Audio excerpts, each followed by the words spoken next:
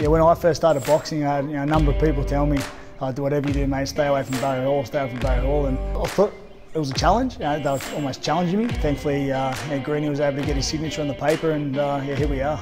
As soon as I seen him fight, I thought I could beat Paul Gallen. I understand what Paul's good at, and that's pressure, and he throws a volume of punches, but you know, we're going to have to go with him. It's not just the talent you need a mental capacity that's going to, it's a tough sport, it's an individual sport, and it's lonely sometimes. I suppose now at his age, he's coming in, he's facing his fears, which, I take my hat off to him for, but, I think he's chosen the wrong opponent to jump in with there first. I'm going to, I'm going to give it to him on the night. I'm pretty confident of that.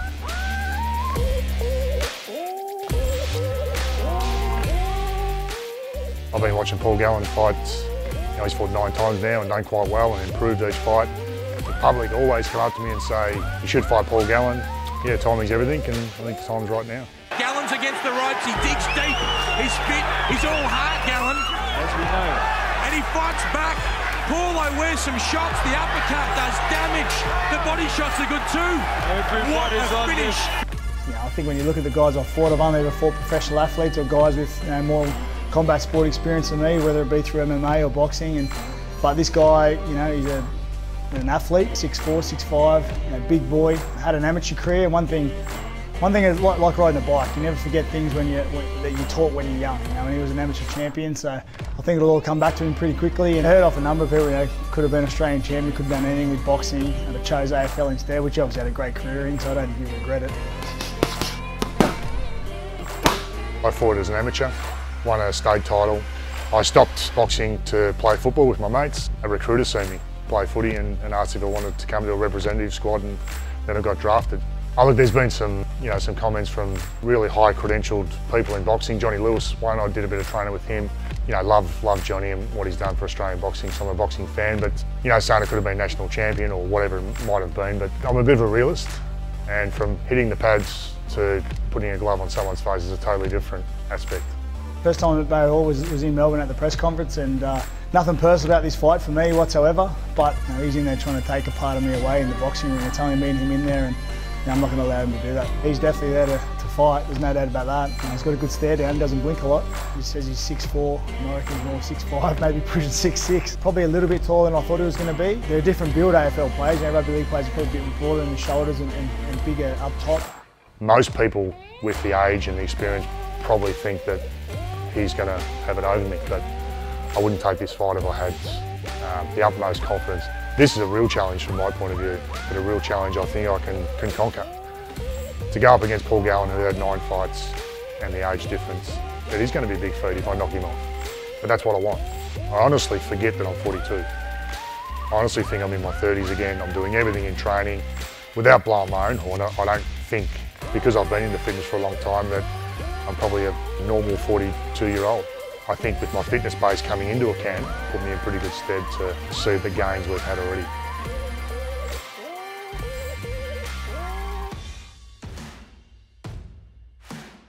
Went over to the UK and had a training camp over there, along with some other things I did, and needed some sparring over there. Lucky enough, the guys I went over with knew Huey Fury, or knew the Fury camp, so went to their gym there at Salford. Got to train against Huey, which was, it was a good experience. Against a guy like that who's had so much experience, so many fights, just knowing what he knows what to do constantly. The work rate that those guys at that level have was pretty phenomenal, to be honest. Like I think I'm pretty fit, and everyone says to me, "Mate, your work rate's far more than any heavyweight that we see." He was amazing. And then a really good young guy who's a sparring partner with Chisora and Dillian White, named Sonny Taylor. Jason and Andrew Maloney, obviously both world-rated fighters. It's been a breath of fresh air for me, because rather than train by yourself or just in amongst a gym setting, you actually see what they do and the commitment and the passion they have and the longevity they've had in the sport. I've got 6 to 8 weeks to prepare. I've got a fight coming up, but you watch them and how they prepare, and they've been doing this all their lives, and they're going for a world title. Just put things in perspective for me. At the end of the day, he's virtually in the promoter's camp. He's training with a long-time coach of the promoter. They've done everything they can to make this fight suit Barry Hall. 2-minute rounds against a big, tall opponent. It's going to be tough for me. Everyone knows I've got to work hard to get inside him and do my work once I get there. Big Bad Barry Hall is no longer Big Bad Barry Hall. He's simply Noodles. I call him Noodles. That's my new name for him. Magic 2-minute Noodles won't fight 3-minute rounds. So, He's the new noodle man, 2-minute noodles. Yeah, it's a huge advantage for him. I mean, I think everyone knows the way I fight. I've got a high work rate. You know, he's basically got to work for 2 minutes at a time. You know, the guy's 6'5", so they're walking down. It's going to take a while. And the fact he's only got to do it for 2 minutes at a time, then gets a 1 minute rest.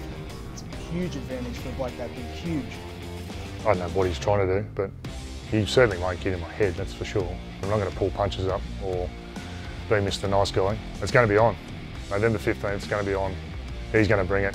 It's not going to affect me putting hands on him, or he's not going to pull his punches back or punch any harder because he said something. It's just not a factor for me. From my point of view, he probably has to do that because there's a lot of pressure on him. I'm 42 years of age, made my pro debut. He's had 9 fights. If he loses to me, where does that leave him? If you're going to come and do boxing properly. And that's my attitude. I've always respected the sport, I've always done it properly, and I think it's a cop-out. If he's going to come and do it, and if he's as good as people think he is, fight the proper 3-minute rounds, then there's no excuses for anyone.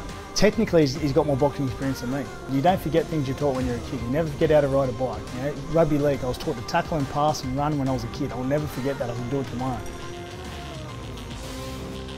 I know it's called Code War, but I've had a lot of rugby league people offering their support as well, because particularly Queenslanders. AFL in Queensland are definitely in my corner. I'm hoping, because I'm a Melbourne boy and country Victoria, that we can almost create a bit of a fortress down there, and it's a very one-sided crowd in my favour. My biggest thing about the AFL-NRL debate is that AFL continually harp on about how much fitter they are than NRL players.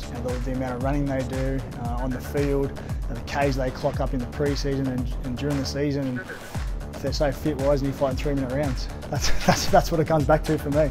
I think I've got to be careful for the first 3 or 4 rounds. You can't get tied in 2-minute rounds with a minute rest. He's going to be coming out fresh every single round. So I've got no doubt he's going to be powerful. I'm not trying to take anything away from his ability, his punch and power. And as I said, he's going to know how to throw good straight punches because he was taught as a kid. So I've got to be careful for the first 3 or 4 rounds. I've got to get inside him, do my work. Don't need to stand there and try and trade with him. I just need to get the points and get out. And I think later on in the fight, the constant pressure that I'll place on him, hopefully I'll catch him with something and stop him. He's a legitimate Australian boxer that I really respect what he's done. At stage we're going to have to trade. I think I'll be fairly comfortable in there with him. I can't see him standing there and trading with me and trying to not box me and move around. I think that'd be a dumb game plan from him. And if he wants to do it, I'll welcome that. That's what the people want to see. And I'm quite happy to do it with him. And whoever knocks the other one out, knocks the other one out. Yeah, I think it's late in the fight, 5th or 6th round. I think I'm just wearing Barry down, wearing him down, and either a left hook or a right hook to the head. I'll get him and hopefully stun him and then just finish him off. That's what he's done to a few fighters now that have had boxing experience. He wears them down and puts their lights out in the later rounds. Good tactic because that's his strengths. We're going to try and use his strengths against him a little bit. We've got a plan in place to do that. So whether I implement it or not, under the big lights, pro debut, that's another story. I'm here to beat him in this fight. I don't care what he's done in the past. I don't care what he does next. I'm there to win this fight and knock him out. I'll win the fight. Yeah, definitely win the fight. I said I wouldn't put myself in a position if I wasn't quite comfortable. I'm not sure how it'll end, but my hand will be raised. That'll be the finish. Noodles, I'm glad you know what you're doing. You think you're going to come and knock me out, you're dreaming, mate. I've got 6 2-minute rounds for you. And by the 5th or 6th round, I'm going to catch you and put you to sleep. Good luck though, champ. Barry Hall v Paul Gallen, pay-per-view live on Main Event.